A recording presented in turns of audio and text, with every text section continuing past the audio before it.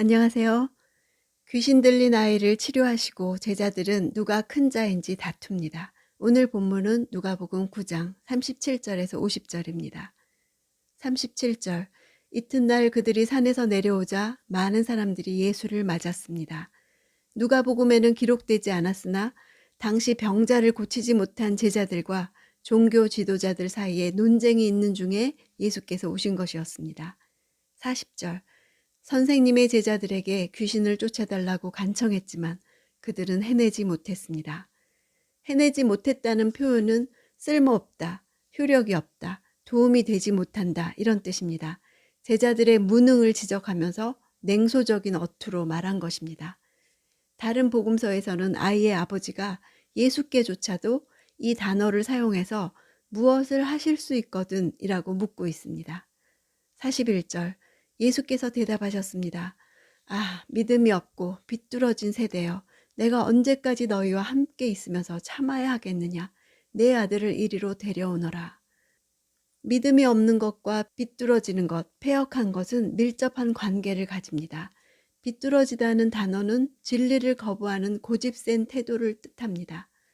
불신앙은 진리를 거절하며 거스르는 태도를 보이는 것입니다. 예수님의 책망이 누구를 향한 것인지 많은 논란이 있습니다. 그것은 이 통분의 말씀이 저주에 가까운 책망의 의미가 있기 때문입니다. 세대라는 말을 통해 볼 때 1차적으로는 제자들을 공격하던 종교 지도자들과 그들에게 동조하는 이스라엘 백성들을 가리키고 넓게는 아이의 아버지와 제자들까지도 포함된다고 볼 수 있습니다. 언제까지 너희와 함께 있으면서 참아야 하겠느냐의 미래형 동사를 2번 사용해서 앞으로도 계속해서 이와 같이 패역한 일들이 발생할 것을 암시하고 있습니다. 42절. 그 아이가 오는 중에도 귀신은 아이의 몸을 바닥에 내던지며 발작하게 만들었습니다. 그러나 예수께서는 더러운 영을 꾸짖으시며 그 아이를 고쳐 아버지에게 돌려보내셨습니다. 꾸짖다는 단어는 평가하다, 값을 정하다, 질책하다 이런 뜻입니다. 자신의 통제 아래에 있는 자의 정체에 대해서 세밀하게 파악하시고 처방을 내리신 것을 뜻합니다. 44절. 지금 내가 하는 말을 유의해 들으라. 인자가 배반을 당해 사람들의 손에 넘겨질 것이다. 2번째 순환 예고입니다. 넘겨지는 것은 2가지 의미입니다. 책임을 넘겨주다와 배신하다 이런 뜻입니다. 유다에게 배신당해서 사내들인에게 넘겨지고 사내들인은 또 로마에게 넘겨서 처형당할 것이었습니다. 45절. 그러나 제자들은 이 말씀을 깨닫지 못했습니다. 그들이 그 말씀을 이해하지 못하도록 그 뜻이 감추어져 있었기 때문입니다. 그들은 두려워서 예수께 물어볼 수도 없었습니다. 제자들은 예수께서 고난당하시는 것을 말씀하고 계신다는 것은 이해했으며 그렇기 때문에 왜 그런 일이 일어나야 되고 일어나면 자신들은 어떻게 되는지를 묻기가 두려웠던 것입니다. 그들은 고난당하심에 대한 것만 보고 그 너머에 있는 부활, 또 온 인류의 죄를 대속하신 구속의 은혜는 바라보지 못했기 때문에 두려움에 사로잡힐 수밖에 없었던 것입니다. 그 뜻이 감추어져 있었다는 것은 뭐뭐로부터 가리워지다란 완료 수동태입니다. 과거로부터 계속된 제자들의 무지는 그들의 정치적 메시아관에 대한 것입니다. 예수의 고난과 부활에 대해서 하나님이 주권적으로 정한 때가 될 때까지 알지 못하게 하셨습니다. 왜냐하면 그들은 여전히 예수님이 세우실 왕국에서 그들이 차지하게 될 위치에 관심을 두었기 때문입니다. 46절. 예수의 제자들 사이에서 누가 제일 큰 사람인가를 두고 다툼이 일어났습니다. 다툼이라는 단어는 내적 생각이나 견해, 탐구하는 물음을 가리키는 단어입니다. 자신의 지위와 명예에 대한 싸움을 마치 진리를 탐구하듯이 진지하게 생각하고 이것을 차지하려고 심적으로 밀고 당기는 갈등의 양상으로 나타났음을 보여줍니다. 예수님의 순환 예고에 대해 제자들의 관심은 새 왕국에서의 서열에 대한 것이었습니다. 47절, 48절. 예수께서는 그들의 속마음을 다 아시고 한 어린아이를 데려와 곁에 세우며 말씀하셨습니다. 누구든지 이 어린아이를 내 이름으로 영접하는 사람은 나를 영접하는 것이다. 또 누구든지 나를 영접하는 사람은 나를 보내신 그분을 영접하는 것이다. 너희 가운데에서 가장 작은 사람이 가장 큰 사람이다. 예수님은 자신과 어린아이를 동격으로 놓으셨습니다. 마태복음에서는 어린아이를 자기를 낮추는 자로 보았습니다.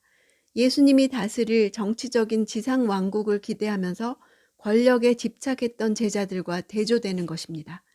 영접이란 받아들이고 수용한다는 것입니다. 누군가의 이름으로 어떤 일을 한다는 것은 그 사람을 대신해서 한다는 뜻입니다. 보잘것없는 어린아이 같은 자를 예수님의 이름 때문에 받아들이는 것은 곧 예수님을 직접 영접하는 영광이라는 것입니다. 그뿐 아니라 예수님을 보내신 하나님을 영접하는 것이 됩니다. 누가 제일 큰 사람인가? 제자들이 한 말을 그대로 사용해서 누가 참으로 큰 자인지 알려주십니다. 하나님 나라는 왕이 종이 되어서 오셔서 섬기는 나라입니다. 하나님 나라의 서열은 이렇게 반대이기 때문에 가장 약한 자가 가장 큰 영광과 특권을 얻습니다. 49절 요한이 물었습니다. 선생님, 저희가 선생님의 이름으로 귀신을 쫓는 사람을 보고 우리와 함께 따르는 사람이 아니라서 못하게 막았습니다. 앞서 내 이름으로 라는 예수님의 말씀에 이제 선생님의 이름으로 라고 대화를 연결시킵니다. 제자들은 아직도 자신들의 배타심과 권력욕과 자만심을 버리지 못하고 있습니다. 이에 예수께서는 하나님 나라를 세우는 공동 목표가 있으므로 이 목표가 방해받지 않게 동역자들과 더불어 함께 일하는 법을 가르쳐 주십니다. 그렇지 않으면 각기 폐쇄적인 집단이 될 수 있습니다. 동일한 주를 모시기 위해서는 많은 차이를 덮을 수 있어야 합니다. 제자들에게 귀신을 쫓아달라고 간청했지만 그들은 해내지 못했습니다. 우리는 살면서 자신의 무능함에 절망할 때가 너무도 많습니다. 세상에 속한 사람과 똑같이 믿음이 없고 비뚤어진 세대라는 점에 위축됩니다. 주위에 수많은 절망하는 사람들을 위해 내가 아무것도 해줄 수 없음을 느낄 때 그 부족함과 실력 없음으로 인해 나는 더욱더 하나님 앞으로 나아가게 됩니다. 고통스럽고 책임을 져야 하고 나를 도망 못 가게 붙드는 현실이 하나님이 나를 만들어 가시는 손길입니다. 하나님이 주인이 되셔서 하나님이 주도권을 가지고 그분의 목표를 이루기 위해 개입하셔서 앞서 보낼 한 사람, 하나님의 사람을 만들어 가십니다. 그가 또 그 땅에 기근이 들게 하사 그들이 의지하고 있는 양식을 다 끊으셨도다. 그가 한 사람을 앞서 보내셨으며 요셉이 종으로 팔렸도다. 그의 발은 착고를 차고 그의 몸은 쇠사슬에 매었으니 곧 여호와의 말씀이 응할 때까지라. 그의 말씀이 그를 단련하였도다. 내 인생의 주어도 이렇게 하나님이십니다. 그분이 이끌어 가십니다.